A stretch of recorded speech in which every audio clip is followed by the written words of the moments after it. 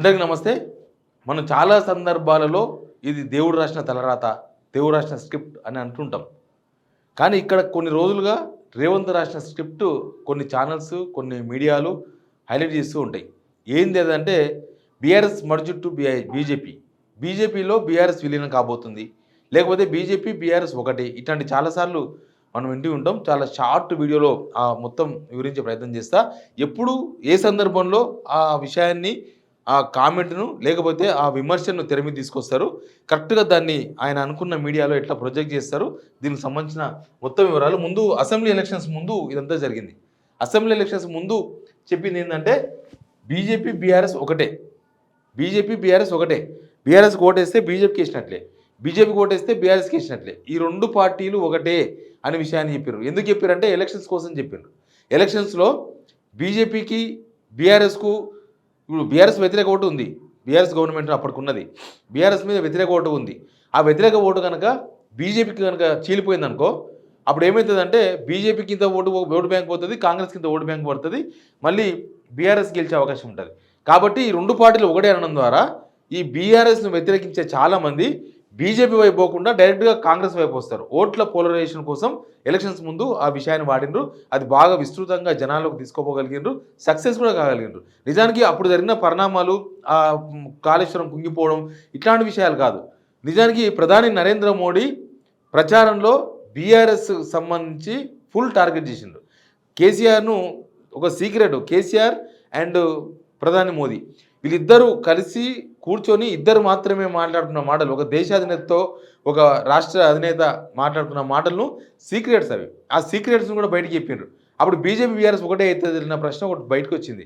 కానీ దీన్ని బలంగా తీసుకుపోగలిగింది కాంగ్రెస్. దానిలో రేవంత్ రెడ్డి స్క్రిప్ట్ దాన్ని యథావిధిగా అమలు చేసింది. రేవంత్ రెడ్డికి అనుకూలంగా ఉన్న మీడియా, బీఆర్ఎస్ను వ్యతిరేకిస్తున్న మీడియా అప్పట్లో అది చేయగలిగింది. అందులో సక్సెస్ అయ్యారు అసెంబ్లీ ఎలక్షన్స్ ముందు. తర్వాత లోక్సభ ఎలక్షన్స్ ముందు వాడినారు. లోక్సభ ఎలక్షన్స్ ముందు ఎందుకు వాడినారు ఇదే విషయాన్ని అంటే లోక్సభ ఎలక్షన్స్ ముందు సేమ్ బీజేపీ, బీఆర్ఎస్ ఒకటే. బీఆర్ఎస్ కావాలనే వీక్ క్యాండిడేట్ పెట్టింది బీజేపీ కోసం. వీళ్ళు బీజేపీ గెలిస్తే బీఆర్ఎస్ గెలిచినట్టే, లేకపోతే బీఆర్ఎస్ గెలిస్తే వాళ్ళు బీజేపీలో కలిసిపోతారు, లేకపోతే బీఆర్ఎస్ ఎంపీలు గెలిస్తే బీజేపీకి అమ్ముకుంటారు. ఇట్లాంటి ఆరోపణలు చేశారు. ఎందుకంటే లోక్సభ ఎలక్షన్స్లో ఆడ హైకమాండ్కు పెద్ద ప్రమాదం వచ్చింది. హైకమాండ్ ఏం చేస్తాడు, ఈ మీద 14 ఎంపీ సీట్లు ఖచ్చితంగా గెలవాల్సిందని టార్గెట్ పెట్టిండ్రు. టార్గెట్ పెడితే ఆ 14 సీట్ల కోసమని నానా తంటాలు పడి లాస్ట్కు ఆ ఎపిసోడ్ని తెర మీద తీసుకొచ్చిండ్రు. అంతేకాదు అప్పటికే ఎమ్మెల్యేల చేరికలు ఒకటి స్టార్ట్ చేసిండ్రు. ఎమ్మెల్యేల చేరికలైంది, దానం నాగేందర్ అప్పటికి చేరిపోయిండు. ఇంకా మిగతా ఎమ్మెల్యేలంతా కూడా ఎవరు కడియం శ్రీహరి జాయిన్ అయిపోయిండు. అట్లా కొంతమంది ఎమ్మెల్యేలు జాయిన్ అయ్యారు. కానీ అనుకున్న స్థాయిలో ఎమ్మెల్యేలు జాయిన్ అయితే లేరు. ఆ సందర్భంలో ఎంపీ సీట్లు కనుక ఎక్కువ గెలిస్తే ఒక 14 సీట్లు 10 సీట్ల పైన గెలిస్తే బీఆర్ఎస్లో ఉన్న ఎమ్మెల్యేలందరూ కూడా బయటకు వస్తారు, ఖచ్చితంగా కాంగ్రెస్లో చేరుతారు అనేది ఒక ఆశ ఉండే వీళ్ళకు. అందుకని అప్పుడు ఎలక్షన్స్ ముందు కూడా తెర మీద తీసుకొచ్చారు. కానీ అది వర్కౌట్ కాలే. కాంగ్రెస్కు 8 సీట్లు మాత్రమే వచ్చినాయి. కాంగ్రెస్ ఎక్కడెక్కడైతే రేవంత్ రెడ్డి సొంత జిల్లా, సొంత కాన్స్టిట్యున్సీ మామ్నార్తో సహా ఆయన సిట్టింగ్ సీట్లు మల్కాజ్గిరి సీట్లు కూడా ఓడిపోవాల్సి వచ్చింది. చేవెళ్ళ ఓడిపోయినారు, సికింద్రాబాద్ ఓడిపోయినారు, ఇట్లా ఇంపార్టెంట్ సీట్స్ అన్ని కూడా ఓడిపోయినారు. దాంతోన దెబ్బ పడ్డది లోక్సభ ఎలక్షన్స్ ముందు. తర్వాత రిజల్ట్ తర్వాత స్టార్ట్ చేసిన మళ్ళీ రిజల్ట్ తర్వాత లోక్సభ ఎలక్షన్స్ అయిపోయింది, రిజల్ట్ తక్కువ అయిపోయింది, 8 సీట్లే వచ్చినాయి. హైకమాండ్ నుంచి దొబ్బులు పడ్డాయి. ఇదేంది అధికారం ఉన్న పార్టీలో 8 సీట్లు రావడం ఏంది, బీజేపీకి 8 సీట్లు రావడం ఏందని మొత్తం అయిపోయింది. అయిపోయిన తర్వాత ఈ అంశాన్ని తెర మీద తీసుకొచ్చిండ్రు. రిజల్ట్ తర్వాత తీసుకొచ్చింది. రిజల్ట్ తర్వాత తీసుకొచ్చినప్పుడు ఏమైందంటే రిజల్ట్ తర్వాత అప్పుడు ఏం జరిగింది ఎపిసోడ్ అంటే ఎమ్మెల్యేల రాక మొత్తం ఆగిపోయింది. ఎమ్మెల్యేల రాక లేదు. అప్పుడే కేసీఆర్ అసెంబ్లీకి వచ్చే మూమెంట్. కేసీఆర్ అసెంబ్లీకి వస్తున్నారు, ఒకరోజు బడ్జెట్ ముందు ఒకరోజు వస్తారని చెప్పి ప్రచారం జరిగింది. ఆ టైంలో ఒకసారి ప్రచారం చేస్తున్నారు, అంతకన్నా ముందు కూడా ప్రచారం చేస్తున్నారు. అంతకన్నా ముందు కొన్ని ఉన్నాయి. రేవంత్ రెడ్డి ఉస్కో అంటే డిస్కో అనే కొన్ని పేపర్లు, కొన్ని మీడియాలు ఉన్నాయి. ఆ ఉస్కో డిస్కోల మధ్య ఇట్లాంటి వార్తలు రాపిస్తూ ఉంటారు. కొన్ని పెద్ద టీవీ అని పేరు పెట్టుకున్న వాళ్ళు కావచ్చు, తర్వాత కొంతమంది చంద్రబాబు నాయుడుకు అతి దగ్గరగా ఉండే మీడియా ప్రతినిధులు కావచ్చు, తర్వాత కొంతమంది తెలంగాణ పేరుతో చంద్రబాబు నాయుడుకు తీవ్రమైన ప్రచారం చేస్తున్న వాళ్ళు కావచ్చు. అట్లాంటి వాళ్ళంతా కూడా సాయంత్రానికి స్క్రిప్ట్ కోసం చూస్తూ ఉంటారు. అక్కడ నుంచి మనకి ఏమొస్తుంది, జూబ్లీ హిల్స్ నుంచి ఆ పెద్దమ్మ టెంపుల్ ఏరియా నుంచి ఏ స్క్రిప్ట్ వస్తుంది, ఆ స్క్రిప్ట్ యథాబలంగా మనం బ్యానర్ పెట్టాల్సి ఉంటుంది కాబట్టి చూస్తూ ఉంటారు. వాళ్ళు ఏం చేస్తారంటే రిజల్ట్ తర్వాత ఆ కేసీఆర్ వస్తున్న టైంలో, తర్వాత ఎమ్మెల్యేల చేరికలు మొత్తం ఆగిపోతున్న టైంలో లేదు బీజేపీ, బీఆర్ఎస్ ఒకటే. ఎందుకంటే అప్పుడు ఎమ్మెల్యేల రాగ మొత్తం ఆగిపోయింది. నిజానికి అసెంబ్లీ ఎలక్షన్ మొన్న అసెంబ్లీకి ముందు ఈ బడ్జెట్ సమావేశాల కన్నా ముందు మొత్తం బీఆర్ఎస్ మొత్తం స్వీప్ చేస్తున్నాం, బీఆర్ఎస్లో ఎమ్మెల్యేలు అందరూ వచ్చేసి చేరుతున్నారని చెప్పి హైకమాండ్కి చెప్పుకున్నారు. దీనిలో ఈ మొత్తం ఎపిసోడ్లో కూడా మొత్తం హైకమాండ్ను మోసం చేయడం ఉంటుంది. దీనిలో అసలు మోసం ఏంటంటే హైకమాండ్ను భ్రమంలో పెట్టడం. హైకమాండ్ ఎందుకు భ్రమంలో పెడతారో నేను చాలా వీడియోలు చెప్పినా, మళ్ళీ కూడా చెప్తాను నేను మీకు. ఈ ఎమ్మెల్యేల రాక ఆగిపోయినప్పుడల్లా దాన్ని తెర మీద తీసుకొస్తారు. ఎందుకంటే ఇక్కడ నుంచి హైకమాండ్కి వెళ్ళి పొట్టుకుంటుంది, మీరు 10 మంది ఎమ్మెల్యేలను 5 మంది ఎమ్మెల్యేలను కాదు చేర్చుకుంటే మొత్తం చేసుకోండి, లేకపోతే మొత్తం బయటకు పంపించేసేయండి. ఈ 10 మందిని చేర్చుకొని ఈ సుప్రీంకోర్టు హైకోర్టు అని చెప్పి అనవసరంగా కోర్టుల కేసులు అయితే ఇదంతా మాకు ఇబ్బంది అవుతుంది, నేషనల్ మీడియా మనం ఉతికి ఆరేస్తున్నది, కాబట్టి మీరు ఈ విషయంలో క్లారిటీ ఇవ్వాలని చెప్పి మాట్లాడతారు. అన్నప్పుడల్లా ఈ రిజల్ట్ తర్వాత ఇట్లాంటి ఎపిసోడ్ను బీజేపీ బీజేపీ అనే విషయాన్ని తీసుకొస్తారు. తర్వాత ఇప్పుడు అమెరికన్ టూర్ అప్పటి నుంచి మీకు బాగా గుర్తుంటుంది. ఎపిసోడ్ బాగా తీవ్రతరం చేసిండు. ఏమైంది, అమెరికా పోయిన తర్వాత బహుశా రాష్ట్రానికి చాలా పెట్టుబడులు వస్తాయి, చాలా పెద్ద పెద్ద కంపెనీలు వస్తాయి, ఇంకేదో జరుగుతుంది. ఇక్కడ నుంచి పోకముందే 16,000 కోట్ల రూపాయల పెట్టుబడి టార్గెట్ పెట్టుకొని పోయారంట. వచ్చేటప్పుడు 31,000 కోట్ల టార్గెట్లు రీచ్ అయ్యి డబుల్ టార్గెట్ అనమాట. మనం ఎప్పుడు మర్చిపోతూ ఉంటాం ఈ రోజుకు రేపటికి. అందుకే వాళ్ళు పోయేటప్పుడు చెప్పింది 16,000 కోట్ల టార్గెట్ మాదని చెప్పుకొని పోయారు. కానీ నాకు 100కు 200 మార్కులు పడ్డాయి ఇప్పుడు. అయితే అక్కడ ఒక ఎపిసోడ్ జరిగింది. వాళ్ళ తమ్ముడు జగదీశ్వర్ రెడ్డితో ఒక అగ్రిమెంట్ తీసుకున్నారు. ఏంటది, స్వచ్ఛ బయోతో 1000 కోట్ల పెట్టుబడితో. అదొక పెద్ద బూమ్రాంగ్ అయింది. సొంత తమ్ముడితోనా, జూబ్లీహిల్స్లో మొన్ననే పెట్టిన కంపెనీతోనా పోయి అమెరికాలో అగ్రిమెంట్ చేసుకోవడం ఏంది. వాళ్ళ తమ్ముడు 1000 కోట్లు పెట్టేంత పెద్ద సావుకార్య రేవంత్ రెడ్డి. వాళ్ళ తమ్ముడే 1000 కోట్లు పెట్టుబడి పెట్టి కంపెనీ పెట్టే సావుకారు అయితే రేవంత్ రెడ్డి దగ్గర 8,000 కోట్లు ఉన్నాయి. రేవంత్ రెడ్డి చెప్పే దాంట్లో చాలా అబద్ధాలు ఉంటాయి. నేను ఒక కామెంట్ చేసిండ్రు, నేను మా వాళ్ళు అప్పట్లోనే సగం మంది అమెరికాలో 90sలోనే అమెరికాలో ఉన్నారని, మా సగం ఫ్యామిలీ మొత్తం అదే ఉన్నది అమెరికాలో. ఇవన్నీ కూడా తప్పే. ఇవన్నీ నేను ప్రూఫ్తో సహా నేను ఓ రోజు ఖచ్చితంగా ఆ విషయాన్ని బయట పెడతా. కొండారెడ్డిపల్లి దగ్గర నుంచే పెడతా నేను ఆ విషయాన్ని. అయితే ఇప్పుడు ఏమైంది, అమెరికా టూర్లో పోగానే ఇవన్నీ జరిగినాయి. ఎపిసోడ్ రాగానే యువతల మొత్తం తెలుసు కదా, పొద్దుగాలేసి అమెరికా అనేది ఇప్పుడు ఒకప్పుడు హైదరాబాద్ ఏం జరుగుతుందో తెలియనికి మా ఊర్లో వారం రోజులు పట్టేది, అమెరికాలో ఏం జరుగుతుందో తెలియనికి 5 నిమిషాలు చాలు. ఇప్పుడు అట్లాంటి సిచ్యువేషన్లో ఉన్నాం. కాబట్టి అమెరికా ఫేర్లు రాగానే ఇక్కడ చంద్రబాబు నాయుడు దగ్గరగా ఉండే మీడియా ప్రతినిధులను రంగంలోకి దింపారు. దానిలో పెద్ద టీవీలు, చిన్న టీవీలు మొత్తం రంగంలోకి దింపి కేటీఆర్ హరీష్ రావు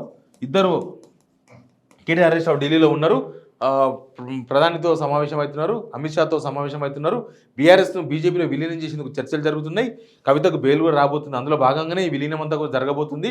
రేవంత్ రెడ్డి అమెరికా నుంచి తిరిగి వచ్చే లోపే మర్జీ కార్యక్రమం అయిపోతుందని చెప్పి స్టార్ట్ చేసిన ప్రచారాన్ని.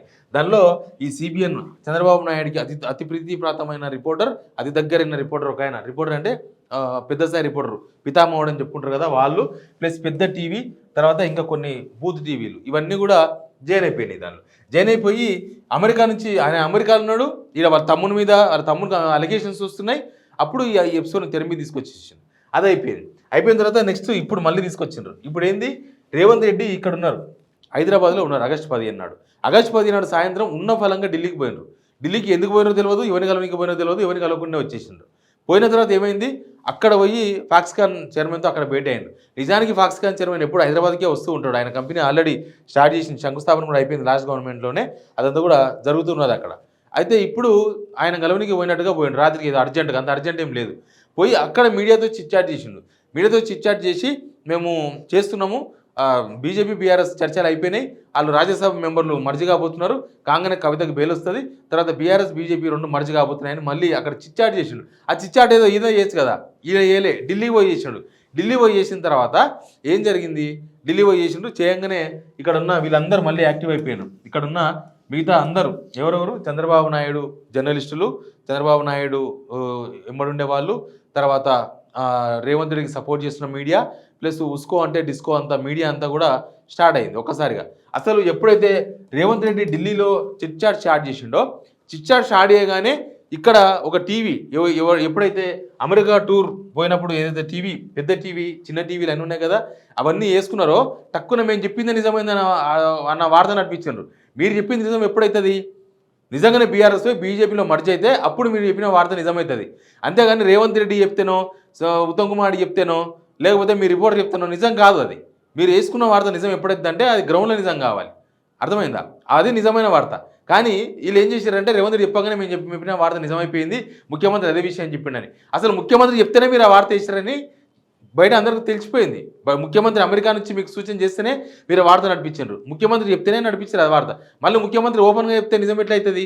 అంటే ముఖ్యమంత్రి మీకు చెప్పింది నిజం అనే వార్త దాంతోన బయటకొచ్చేసింది. తర్వాత చాలా మీడియాలు చూడండి, చాలా పేపర్లు ఇయ్యాల.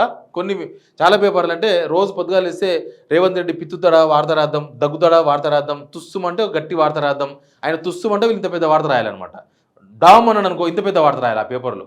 అట్లాంటి పేపర్లు కొన్ని జమైనాయి తెలంగాణలో. అవి తెలంగాణ సమాజం కోసం పనిచేస్తలేవు. 100% తెలంగాణ సమాజం కోసం కాకుండా అవి వేరే వాళ్ళ కోసం పనిచేస్తున్నాయి.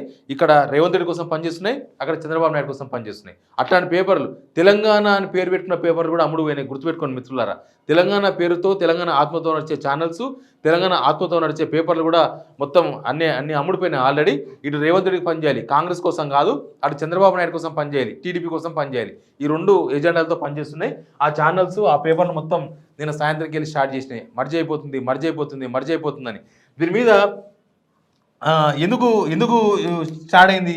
నిన్ననే రేవంత్ రెడ్డి ఎందుకు ఢిల్లీలో చిట్చాట్ చేసిండు? చాలాసార్లు ఢిల్లీ పోయినరు. ఇక్కడనే హైదరాబాద్లో చాలాసార్లు ఉన్నాడు. ఆగస్టు 10 నాడు ఈయనే ఉన్నాడు. ఎందుకు మాట్లాడలేదనంటే రుణమాఫీ ఫెయిల్ అయిపోయింది. రుణమాఫీ వాళ్ళ అన్నంత మందికి చేయలేదు. కాకపోవడంతోన రైతులందరూ కూడా టెన్షన్ పడ్డారు. రైతులందరూ కూడా తికమక్క అయినరు. అసలు వీళ్ళు లక్షల మందికి చేస్తామన్నారు. 30 లక్షల మంది, 40 లక్షల మంది, 60 లక్షల మంది అని చెప్పారు. చూస్తే లాస్ట్కి 22 లక్షల మంది దగ్గర చాగింది. 31,000 కోట్లని క్యాబినెట్ డిసైడ్ చేసిన అమౌంట్ కూడా వీళ్ళు రుణమాఫీలో ఖర్చు పెట్టలేకపోయినారు. కేవలం 17,000 కోట్లు మాత్రమే, 17,600 కోట్లు మాత్రమే ఖర్చు పెట్టగలిగారు.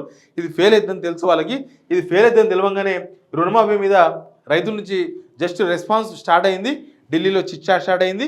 ఢిల్లీలో చిట్చాట్ కాగానే ఈ రుణమాఫీ అనే వార్తలను తొక్కేనికే ఈ పేపర్లు ఇవన్నీ కూడా తెరమీదకి వచ్చేసిండ్రు. వీళ్ళందరూ వచ్చేసి టక వార్తలు వండి వార్చేసిండ్రు. ఇది ఎట్లా అయిపోయింది, అది అట్లా అయిపోయింది, మొత్తం మాట్లాడుకున్నారు. బీజేపీలో బీఆర్ఎస్ మర్జ్ కాబోతుందని. బీజేపీలో బీఆర్ఎస్ మర్జ్ కావాలంటే ఎవరు చెప్పాలి? చెప్తే బీజేపీ వాళ్ళు చెప్పాలి, లేకపోతే బీఆర్ఎస్ వాళ్ళు చెప్పాలి. ఈ ఇద్దరు చెప్పాలి. లేకపోతే బీజేపీకి సంబంధించి బీజేపీలో పిన్ టు పిన్ ఏం జరుగుతుందో రాహుల్ గాంధీ, సోనియా గాంధీ, పార్టీ అధిష్టానానికి అందరికీ తెలుసు. కాంగ్రెస్ ముఖ్య నేతలు అందరికీ తెలుసు. నేషనల్ మీడియా మొత్తం ఢిల్లీలోనే ఉంటుంది. నేషనల్ మీడియా మొత్తం డేగా కన్నులేసుకొని ఉంటుంది. ఫస్ట్ నేషనల్ మీడియాలోనే చాలా వార్తలు, ఢిల్లీ వార్తలంతా నేషనల్ మీడియాలోనే వస్తాయి. ఇప్పటిదాకా ఏ నేషనల్ మీడియా రాయలేదు. ప్లస్ ఈ బీజేపీకి సంబంధించిన ఇక్కడ రాష్ట్రానికి సంబంధించిన నేతలు ఎవరు చెప్పలేదు. బండి సంజయ్ చెప్పలేదు, కిషన్ రెడ్డి చెప్పలేదు. ఈటెల రాజేందర్ అయితే ఇది తప్పి కాంగ్రెస్ చేసిన ప్రచారం అని కుండబద్దలు కొట్టారు. తర్వాత బీఆర్ఎస్ వాళ్ళు డైరెక్ట్ ఓపెన్గా చెప్పేసినారు. బీఆర్ఎస్కు ఇంత పెట్టుకొని బీఆర్ఎస్ ఒక 1000 కోట్ల పార్టీ. బీఆర్ఎస్కు అన్ని జిల్లాల్లో పార్టీ ఆఫీసులు ఉన్నాయి, బలమైన క్యాడర్ ఉంది, 38 మంది ఎమ్మెల్యేల బలం ఉన్న పార్టీ. 35 మంది ఎమ్మెల్యేలు అంటే ఏంది? సగం కన్నా ఎక్కువ. 60 మంది మొత్తం గవర్నమెంట్ రావడానికి. 30 మంది ఉంటే సగం గవర్నమెంట్కు సగం ఉన్నట్టు. 35 మంది ఎమ్మెల్యేలు ఉన్నారు వీళ్ళకు. ప్లస్ లోక్సభ ఎంపీలు ఉన్నారు, కేసీఆర్ ఉన్నాడు అంతకుమించి. ప్లస్ తెలంగాణ తీసుకొచ్చిన ఒక క్రెడిబిలిటీ ఆ పార్టీకి ఉంది. ఇవన్నీ ఉండగా బీఆర్ఎస్ ఎందుకు విలీనమవుతుందని బీఆర్ఎస్ వాళ్ళు కూడా ఆల్రెడీ బయటకు వచ్చి మొత్తం చెప్పేసారు. ఇదేదన్నా విలీన ప్రక్రియ జరిగితే అది ఓపెన్గానే తెలిసిపోతుంది. పెద్ద అది సడన్గా ఒక రోజులో పోయి నేను కలిపేస్తున్నాను చెప్పడానికి ఉండదు. అదో పెద్ద కథ, పెద్ద కథనం. వీళ్ళు చాలా డిమాండ్స్ పెడతారు, వాళ్ళ చాలా చర్చలు జరుగుతాయి, చాలా కథ ఉంటుంది. కాబట్టి అంత ఈజీగా జరిగే కథ కాదు. బీఆర్ఎస్ అనేది ఒక ప్రాంతీయ పార్టీగా గతంలో టీడీపీ కన్నా ఇప్పుడు బలంగా ఉన్నాడుగా కనిపిస్తుంది నాకైతే. బీఆర్ఎస్ అనేది ఒక ప్రాంతీయ పార్టీ, రాష్ట్రంలో ఉన్న ఏకైక ప్రాంతీయ పార్టీ అది. కాబట్టి బీఆర్ఎస్ అంత ఈజీగా మర్జ్ అయ్యే అవకాశాలు అయితే ఏం లేవు. ఇంకోటి ఏంటంటే కవిత కోసం మర్జ్ అవుతున్నది ఒక తీయటి అబద్ధం చెప్పాను. కవిత కోసం మర్జ్ కావాల్సిన అవసరం ఉంటుందా? నేను నిన్న కూడా చెప్పిన, ఎన్ని నేరాలు చేసినా, ఎన్ని మర్డర్లు చేసినా పడేది ఒకటే శిక్ష, అది ఖచ్చితంగా బెయిల్ వస్తుంది. రిమాండ్లో ఉన్న ప్రతి ఖైదీ ఖచ్చితంగా ఈరోజో రేపో ఎల్లుండో ఎంత పెద్ద కేసైనా బెయిల్ వస్తుంది. మొన్ననే ఆయన ఎవరు ఆప్ పార్టీకి సంబంధించిన ఆయన సిసోడియా డిప్యూటీ సీఎం కదా, ఇదే కేసులో ఆయన బయటకు వచ్చేసిన ఆల్రెడీ. రేపో మాపో కేజ్రీవాల్ కూడా బయటకు వస్తాడు. మళ్ళీ వీళ్ళేమో పార్టీ మర్జీ చేస్తే కవితకు బెయిల్ వచ్చే సిచ్యువేషన్ ఉంటే, అసలు పార్టీ అవతల బీజేపీకి టార్గెట్ అయిన party Aam Aadmi party, BJP చంపాలనుకుంటున్న party Aam Aadmi party, Kejriwal అంటే లేవకుండా చేయాలనుకుంటున్నారు. అట్లాంటి టైంలో కేజ్రీవాల్కు తర్వాత సిసోడియాకు ఏ కండిషన్స్ లేకుండా బెయిల్ వచ్చినప్పుడు కవితకు మాత్రం పార్టీ మర్జీ చేస్తేనే బెయిల్ వస్తుందన్న కండిషన్ దేనికి వర్తిస్తుంది అనేది చాలా ఇంపార్టెంట్. కాబట్టి ఇదంతా కూడా రేవంత్ రెడ్డి రాసిన స్క్రిప్ట్ 100%. దీనిలో ఏమాత్రం డౌట్ కనిపిస్తలేదు. నేను కూడా చాలా నేను నా కెరీర్ మొత్తం కూడా పొలిటికల్ రిపోర్టింగే చేసిన. నేను చిన్న చితక పార్టీలు, గూడు నీడ లేని పార్టీలు, కనీసం పార్టీ ఆఫీస్ లేని పార్టీలు మాత్రమే ఆ పార్టీలో ఈ పార్టీలో ఇప్పటివరకు దేశంలో మర్జ్ అయినాయి తప్ప ఒక సంస్థాగతంగా బలంగా ఉండి కనీసం 38 మంది ఎమ్మెల్యేలు ఉన్న పార్టీ ఇప్పటిదాకా ఎప్పుడు ఎక్కడ ఎట్లా మర్జ్ కాలేదు. ఆ విషయాన్ని పాలిటిక్స్ ఫాలో అవుతున్న వాళ్ళందరికీ తెలుసు.